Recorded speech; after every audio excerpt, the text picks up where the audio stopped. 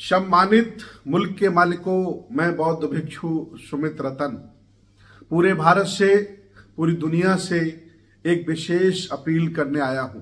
वो अपील है, हम लोग ग्रुप के साथ सामूहिक उन देशों की धम्म यात्रा पर प्रायः जाते रहते हैं जहां बुद्ध की संस्कृति को वहां के देशों ने, वहां के नागरिकों ने संभाल के रखा है।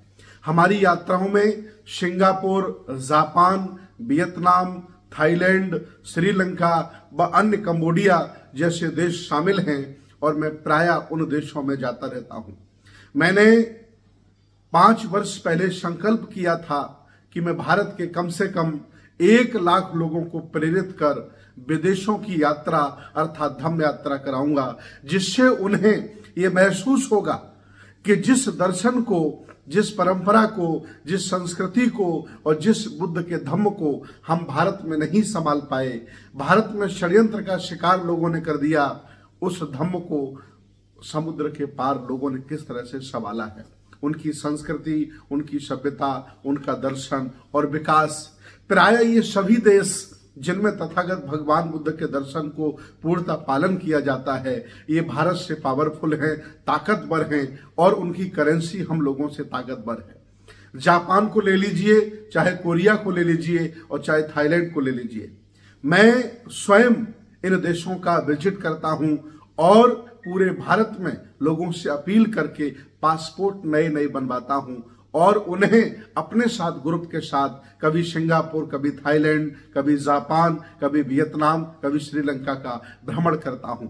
इससे अंतर्राष्ट्रीय संबंध भी अच्छे होते हैं और जो भारत में रह रहे लोग हैं, जो यहाँ के पुराने शासक हैं, राजा महाराजा हैं, जिन्होंने तक्षशिला, नालंदा, उदंतपुरी, विक्रमशिला जैसे विश्वविद्यालय बनाए, जो शासक रहे, जिन्हें यहाँ की व्यवस्था ने नीच, अछूत और शूद्र बना दिया है, उन लोगों को गौरव अनुभूति होती है कि बुद्ध का दर्शन, हमारे महापुरुषों का आंदोलन पूरी दुनिया ने किस तरह से संभाल के रखा है। मेरी यात्रा है 10 अक्टूबर को हम लोग थाईलैंड 50 लोगों के साथ जा रहे हैं। मैं चाहता हूं कि आप लोग इस यात्रा में हमारा साथ दें और हमारे साथ चलें। इसके बाद अगली यात्रा हमारी 17 नवंबर को वियतनाम की है। मैं चाहता हूं इस यात्रा में आप हमारा साथ दें।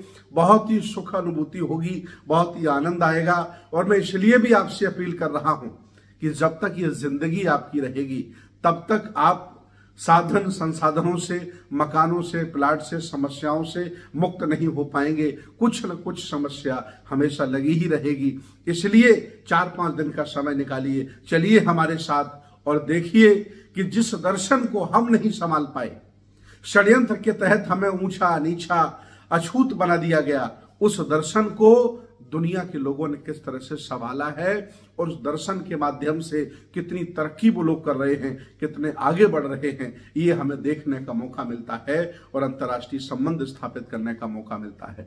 मैं चाहता हूं हमारी इन विदेश यात्राओं में, धम्म यात्राओं में आप हमारे सहभागी बनेंगे। आपके पास पासपोर्ट होना चाहिए, बाकी सारे काम हमारी टीम कराती है। बहुत ही सुंदर भोजन भारतीय, बहुत ही सुंदर होटल्स, बहुत ही सुंदर यात्राएं, किसी भी तरह का आपको असुविधा नहीं होगी। अब तक हमारे साथ लगभग 300-400 लोगों ने विदेश यात्राएं की हैं।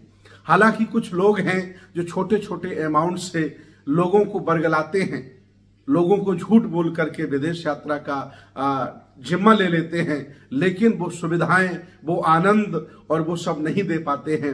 अंत में वो व्यक्ति जब भारत वापस लौटता है तो उसे निराशा होती है, उसके साथ चीटिंग हो जाती है। इसलिए किसी नए व्यक्ति पर आसानी से विश्वास मत करिए। मैं हूं, आपको विदेश यात्रा कराऊंगा और बहुत सुंदर धम्म यात्रा कराऊंगा। जितने भी बड़े बड़े बौद्ध स्तूप हैं उनका और बौद्ध मॉनेस्ट्री हैं उनका दर्शन कराऊंगा। अगर मौका लगा तो थाईलैंड के राजा के साथ चाय भी पिलाऊंगा और वियतनाम के बड़े बड़े कह सकते हैं प्रधानमंत्री और बड़े बड़े वहां के जो लोग जो व्यवस्था में शामिल हैं उनके साथ चाय पिलाऊंगा और बहुत सुखद यात्रा कराऊंगा। मैं चाहता हूं आप लोग अतिशीघ्र इस वीडियो को सुनकर के शेयर करेंगे।